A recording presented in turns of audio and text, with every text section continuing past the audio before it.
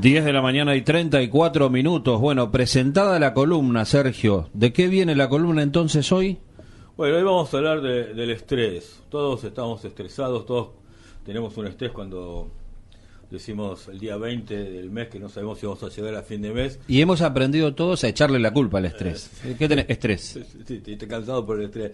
Pero acá no vamos a hablar de ese estrés, o al menos vamos a ver cómo se diferencia de ese estrés. Vamos a hablar del estrés, digamos, temprano, que ocurre en la infancia. Y la que nos va a exponer el tema es Marcela Broco, que es doctora en Ciencias Químicas. Se doctoró en la Universidad de Córdoba, pero ella actualmente está trabajando, tiene su grupo de investigación en el Instituto de Meteorología de la UNSAM, y está además es investigadora de CONICET y es además docente de la UNSAM. Y bueno, ¿la tenemos ahí? Hola. Hola. Hola, ¿qué tal, Marcela? ¿Cómo andás? ¿Cómo estás, Marcela? ¿Cómo están? Un gusto. Bien. Gracias. Marcela, antes de comenzar con toda la explicación, me gustaría que nos dijeras bien de qué se trata el estrés temprano, ¿sí? Y qué consecuencias tiene el estrés temprano en las personas cuando ya son adultos. Bueno, cuando hablamos de estrés temprano nos referimos a las las primeras etapas del desarrollo de cualquier ser vivo. En realidad, nosotros nos enfocamos en los mamíferos y en particular en el humano, pero digamos en cualquier ser vivo hay una etapa de desarrollo, de gestación, ¿no?, que es muy vulnerable a cualquier impacto que pueda tener desde el medio ambiente externo. Y si nos referimos a los humanos, vamos a hablar del desarrollo temprano desde la etapa en el que el niño se está desarrollando en el vientre materno hasta las etapas de la adolescencia, donde el cerebro, particularmente de todos los mamíferos, se termina de desarrollar bien tardía en la adolescencia.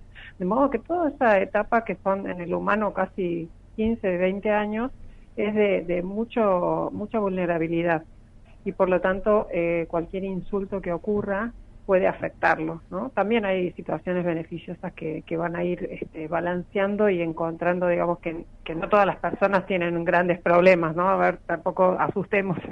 Así que eso sería el desarrollo temprano, y el estrés serían insultos que ocurran durante esa etapa, por ejemplo, que la mamá durante el embarazo atraviese un duelo, que haya violencia doméstica, que la familia tenga, vos decías bien, el no llegar a fin de mes, también eso en muchas familias está impactando, porque los cuidadores de los niños se sienten afectados y vulnerados por esa situación, y a veces los más débiles son los chicos que están en desarrollo, ¿no? Así que eso también es un estrés, sin duda.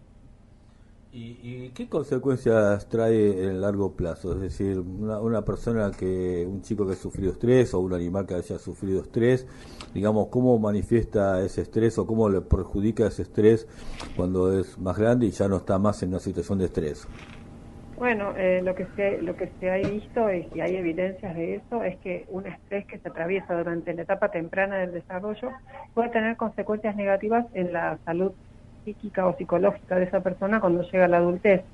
Es más, incluso hay evidencias, hay un análisis que se hizo con una gran tormenta de nieve que ocurrió en Canadá, y evaluaron a las mamás que estaban embarazadas durante esa tormenta, que se quedaron varias semanas sin luz, sin acceso a distintas cosas, ¿no? Y entonces evaluaron a los bebés que habían estado en gestación durante esa tormenta. Incluso en los primeros años de escolaridad se veían algunos déficits en la atención, en el aprendizaje, y aún entrando en la adolescencia se empezaron a ver en esos niños que habían estado en la panza de sus mamás durante la tormenta, que tenían algunos problemas relacionados con los trastornos de alimentación, algunos tipos bulimia, anorexia.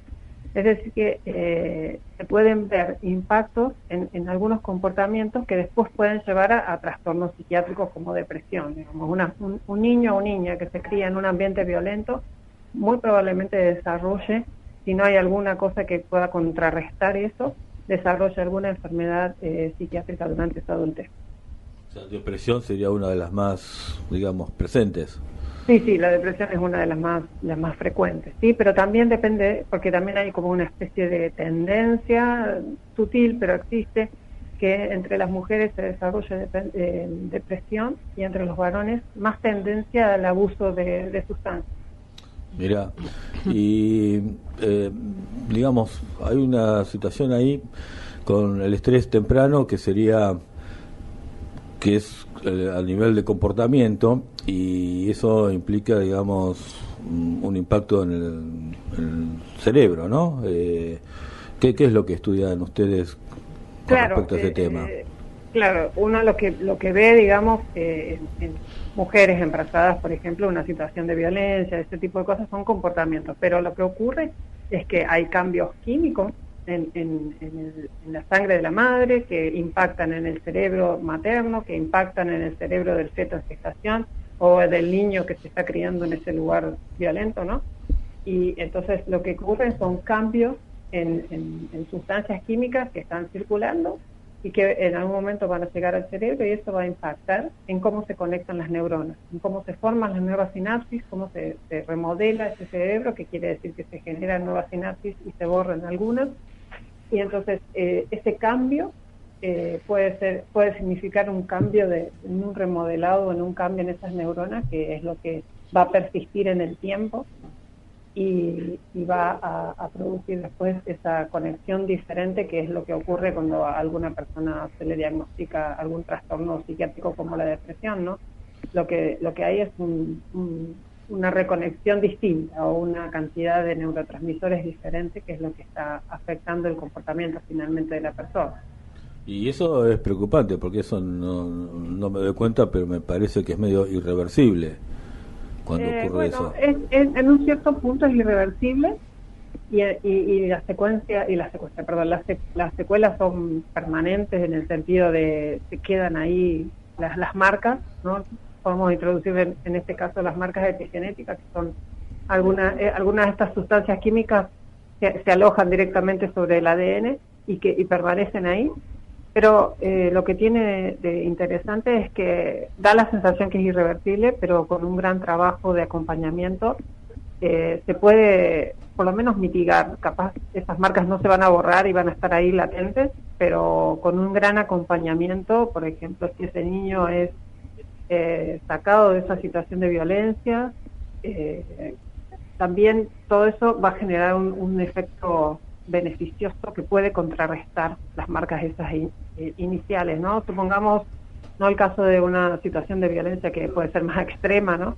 Pero supongamos una mamá que sufrió un duelo durante ese embarazo, no sé, murió alguien muy, muy querido, y después, bueno, tiene toda una red de acompañamiento, y ella misma tiene ganas de criar a ese niño y tiene toda la disposición y la salud como para hacerlo. Entonces, si bien la madre durante ese embarazo estuvo bajo un gran estrés, después en la etapa de crianza de los primeros años de vida y el acompañamiento del resto de la familia, supongamos, puede revertir todo eso y ese niño criarse y no tener consecuencias en la adultez, ¿no? Digamos, ahí estarían también podría ser el Estado que intervenga, digamos, podría haber distintos niveles de intervención, pero sí se podría revertir o por lo menos mitigar ese daño que parece permanente. Marcela, buen día. Ana Francesa te saluda. Súper interesante lo que estás contando. Y voy a hacer una pregunta que por ahí peco un poco de ignorante. Pero primero me interesaba saber si podés avanzar, comentar la metodología, digamos, de la investigación. Por un lado eso.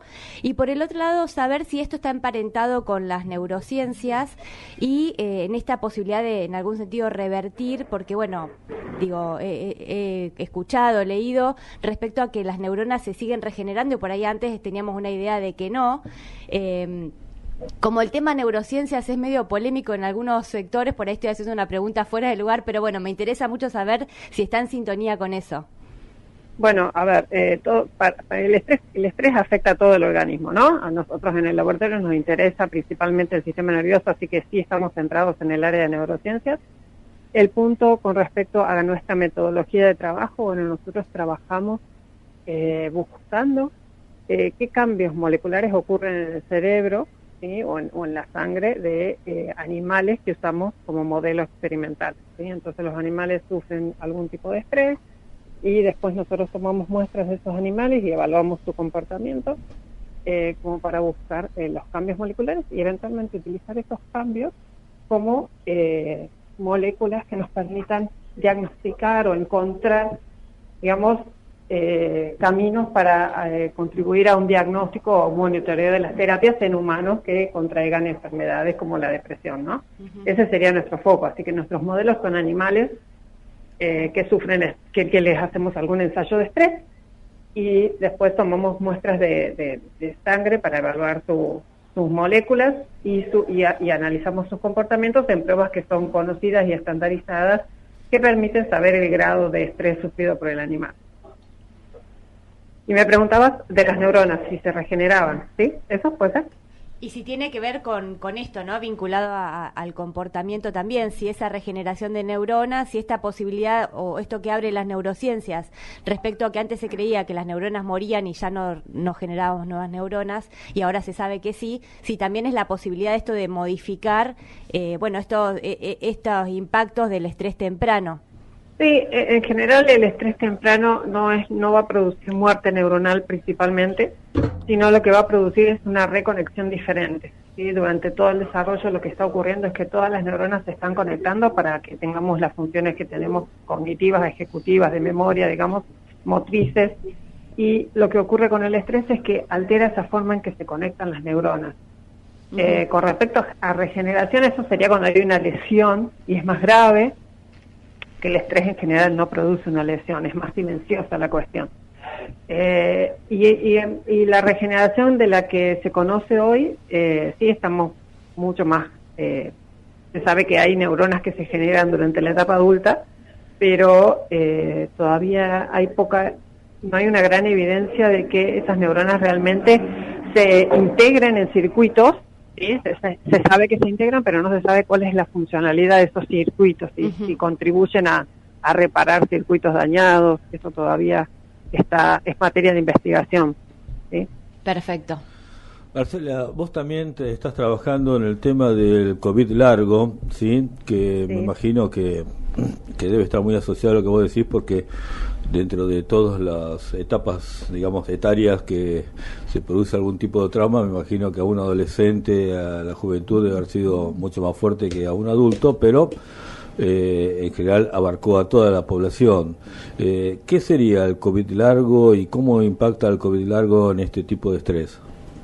Bueno, a ver, con la infección de COVID hubo personas que nos enfermamos y rápidamente nos recuperamos, pero hay un grupo de personas que siguen sufriendo síntomas aún cuando ya pasaron incluso más de 2 años de la primera infección, y esos síntomas están caracterizados o están relacionados con problemas cognitivos, tienen lo que se llama niebla mental, se olvidan un poco de las cosas, no pueden por ahí asociar palabras o reconocer el recorrido del colectivo que tomaban habitualmente,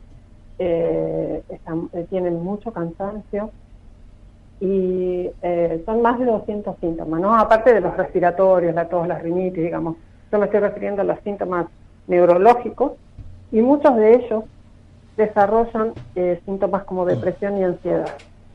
Entonces, por eso nosotros nos asociamos con un equipo que dentro de la universidad que hacen imágenes y tenía ya montado un reclutamiento de pacientes con COVID prolongado. Y entonces lo que vamos a buscar en este grupo de pacientes son biomarcadores de imágenes usando resonancia del cerebro y biomarcadores en la saliva para tratar de identificar a estos pacientes. ¿Por qué nos interesó esto? Bueno, porque durante la pandemia, muchas personas, la mayoría, ¿no?, estuvimos expuestas a una situación bastante estresante en muchos casos. Algunos la pasaron mejor, otros la pasaron más o menos, y a muchos se les complicó con la infección, llegando a esta situación de que tenemos más o menos alrededor de un 10% de las personas que sufrieron COVID tienen las secuelas del COVID prolongado. Y la novedad que tenemos en perdón, sí, te escucho. No, perdón, hice un comentario que me salió espontáneamente, un porcentaje altísimo, digo. Es un porcentaje alto, teniendo en cuenta que, no sé, 80% de la población mundial se enfermó de COVID, ¿no? Uh-huh. Así que sí, por eso está, y hay pocos estudios, y lo que tiene los pacientes que tienen long COVID que no hay, por lo menos sobre todo en Latinoamérica, no hay lugares donde los atiendan por long COVID. Mirá. No encuentran lugar médico, o sea, los médicos todavía no están recién entendiendo cómo tratar a un paciente de long COVID. Por supuesto hay médicos que están están haciendo sus esfuerzos para poder entender y diagnosticar, pero como son síntomas tan compartidos con otras enfermedades, por ahí es difícil identificar.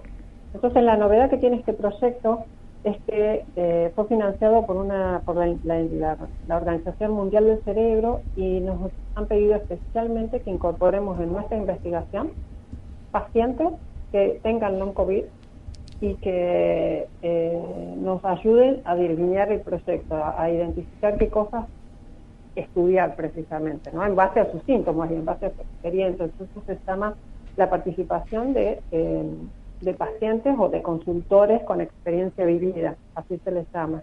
De modo que aprovecho este espacio para invitar a todas aquellas personas que sientan que tienen síntomas de long COVID, que se acerquen, que se contacten con nosotros, así los contactamos con otros pacientes para poder ayudar a armar una forma de diagnosticar y de acompañar. Hay pacientes que la pasan muy mal, gente que deja de trabajar porque los síntomas no le permiten continuar con su vida. ¿Y cómo cómo los pueden contactar?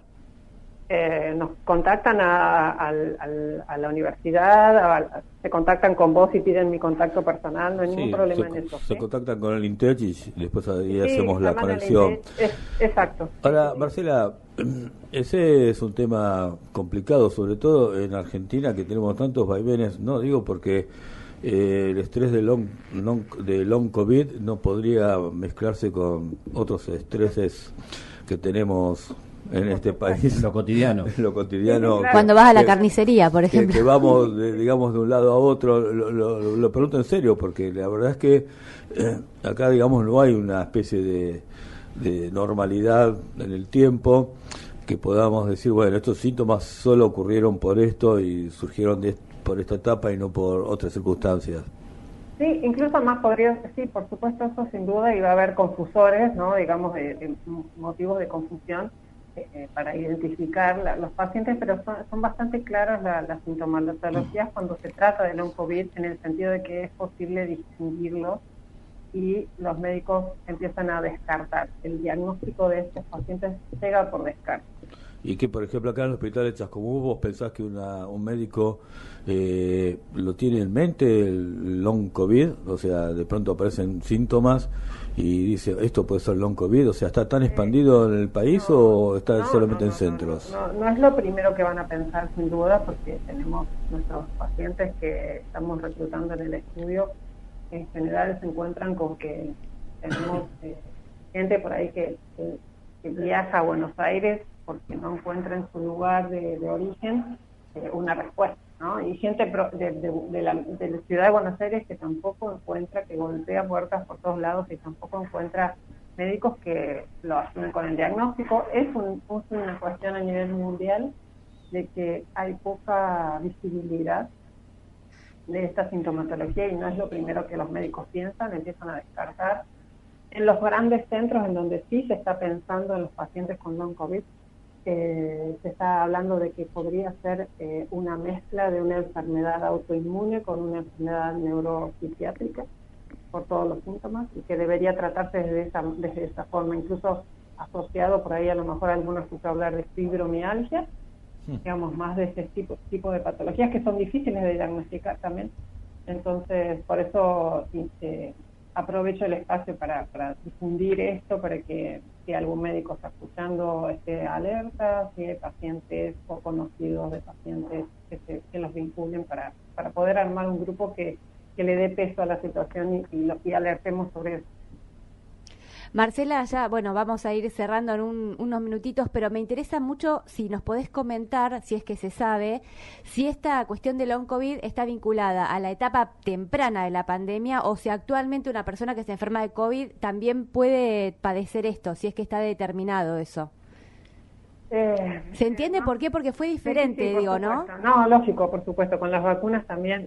Hay algunos estudios que dicen antes que las personas que estuvieron en terapia intensiva durante la infección antes de las vacunas, generalmente la mayoría de las personas que estuvo en terapia intensiva fue prevacuna, pueden llegar a tener una mayor incidencia, pero no es claro, digamos, son pocos los estudios que relacionen esto, pero podría ser, digamos, así que sí podría ser que estos pacientes tengan que ver con las primeras infecciones.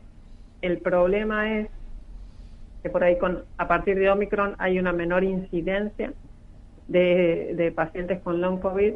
El punto es que si un paciente que se infectó en la primera ola se vuelve a infectar ahora, podría profundizar los síntomas, ¿sí?